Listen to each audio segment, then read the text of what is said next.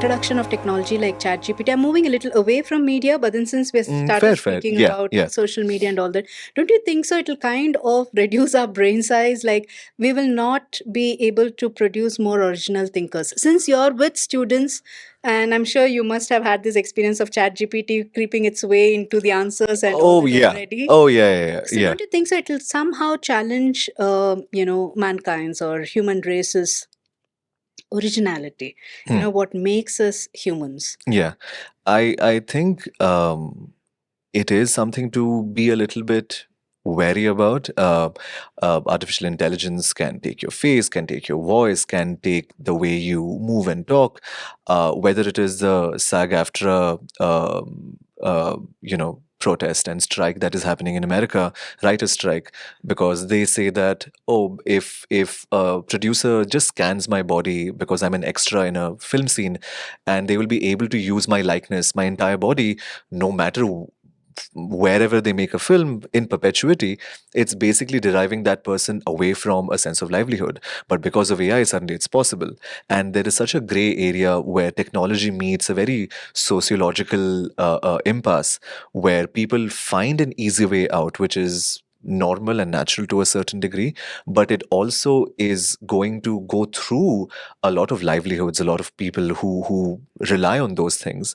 And in from an education point of view, when people use, let's say, ChatGPT and whatnot, um, as of now, and again, ChatGPT 4, 4 Plus are currently doing fabulous, and they do sound very human in how they operate in terms of their language. I mean, that's the whole point is I ChatGPT. think that is where the tables are going to turn, Yeah, because you have these nerdy children who are hands on, yeah, who like to explore and things, and a certain point of their upbringing also plays a role in it. yeah.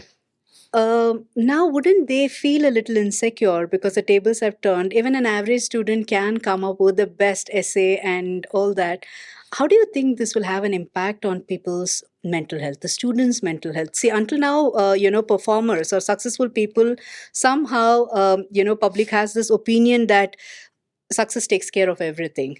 It Yeah, makes yeah, you invincible to suffering, but it's yeah, far from truth. yeah. So, how do you think? Is there a possibility like that where the mental health of performers will start getting affected because of technology and media and all the other parts that comes along with it? I mean, newsflash, world is already unfair, unfortunately. Good one. It's very difficult to kind of manage, Yeah, and there are privilege at and play. irrespective of the times. Oh yeah, absolutely. So true. Privilege at play, different sociological intersections at play, your overall income. There is politics and variations and gradations of that politics everywhere, and it is not going to change that. Whether it is a very serious caste conversation in India, or whether it is privilege conversations in Americas or Europe or anywhere else, those things will always be there. The fact of the matter is that no matter what happens, things cannot be equal at all points from all corners all the time. And the thing is, we should be the ones facilitating, because we are the ones who did create a structure calling it an education. We created a structure calling it a classroom. We placed these people in an environment outside of what they usually recognize as safe, made them understand that this is a safe place to learn, to inherit education, to get different skills, and then we train them to say that this is a safe space. But as we're doing that, we and our own biases, the ones we create, again, I'm not talking about Gen Zers, I'm talking about people who facilitated them, Yes. right? They are the ones who are going to be creating biases, because we ourselves have biases where, if a person is successful, I define success as somebody who comes to college all the time. They have 100% attendance, or they say things like, "Good morning, ma'am," or "Good morning, sir," Yeah. or something of that sort, right? Yeah. And that is not going to necessarily define success. Yes. But for that I think particular, obedience being directly proportional to how much of oh success yeah, I'm going to oh get. yeah, Obedience is, oh oh yeah, yes, in our school system, yeah, yes. and that becomes a bit of a problem, because I understand obedience comes from a place where at a point where school systems and college system, education system rather, were supposed to train people because it was supposed to be, hey, we're at a war footing post World War II, or hey, we're at an economic crunch. Right. These are the skills that you need in order to make sure you get a job. Because if you get a job, you will be employable with money that will coming in, make sure that your family is safe. Now, education is a concoction of multiple things. Oh, yes. It cannot be just, hey, listen to this, do this, A to B, B to C is going to And it's help you. integrated entertainment also into Absolutely. its Absolutely. objectives. I think with media, I think that becomes very apparent that, oh, this is what I can do, this is what I cannot do. And when parents actually come during admissions, they get very nervous, rightfully so. They're like, oh, if my child studies this particular paper, will they be employable, or will they be able to pursue higher education? Is that going to be okay? And I listen to all of them and I understand where they come from, because they are at a cusp where, oh, I thought television, a TV on you in the palm of your hand, is supposed to distract you from education. It's not supposed to give you one. But now I see that with phone you're doing all of this and you call it education. I have such a cognitive dissonance Oh, that yes. I can't relate to it. And then I think, no, this is not safe. This is not future proof. And not only that, this is just going to teach you how to disrespect your elders. Therefore, again, coming back to the success thing. So I think the introspection should come to us. Why are we defining success with the fact that writing a perfect essay is good, right?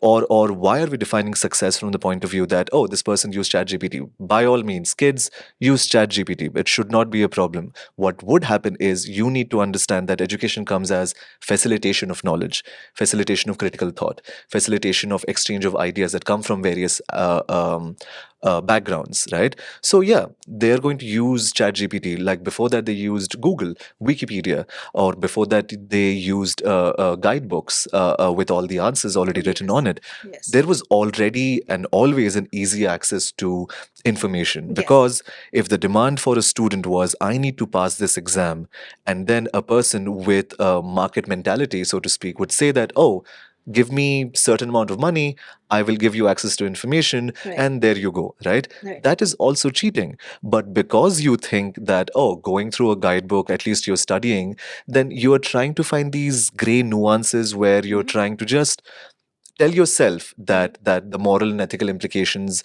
may not be as bad. A guidebook is supposed to guide you. You don't. And it comes from the institution. Oh They'll yeah. tell you Oh where to yeah. get the guidebook Yeah, from. Yes. absolutely, absolutely. And I know a lot of colleges. I'm not going to name names, but I know a lot of colleges that do that. A lot of teachers do that. When I was a kid, I had a teacher who actually used to teach only using guidebook, and that's not a bad thing, but that was not a great thing either, because she stopped facilitating a thought. So I think the whole idea of success needs to dissolve. Please look at success as an individual way of finding contentment. It cannot be a rat race, because we are part of one. We should not make sure that people younger than us should also go through that. Right. And yes, it is an idealistic way, but at least somebody has to start somewhere. Yes. And we should also look at the fact that yes, they will have access to different kinds of devices, different kinds of AI. How do we, as educators who are supposed to get them into thinking mode, give them this idea that without ChatGPT, they can actually gain those knowledge by sourcing the information themselves, right? And even if they do get information from ChatGPT, can they rewrite it? Should they rewrite it? All of those. And I think that should be a conversation that a lot of teachers should have, because, yeah, you can't stop ChatGPT from coming into the students' lives. Yeah, It's and I impossible. also think that our education systems should start asking a very retrograde question, as in not whether ChatGPT should be there or shouldn't be there. If students are going to use ChatGPT, Yeah. then what kind of infrastructure and all other connectivity in tier 2 and tier 3 places? How can we facilitate this so that Yeah. that technology is accessible and democratized for all sections of the Yeah. society? Yeah. Because only then I think we would be progressive also.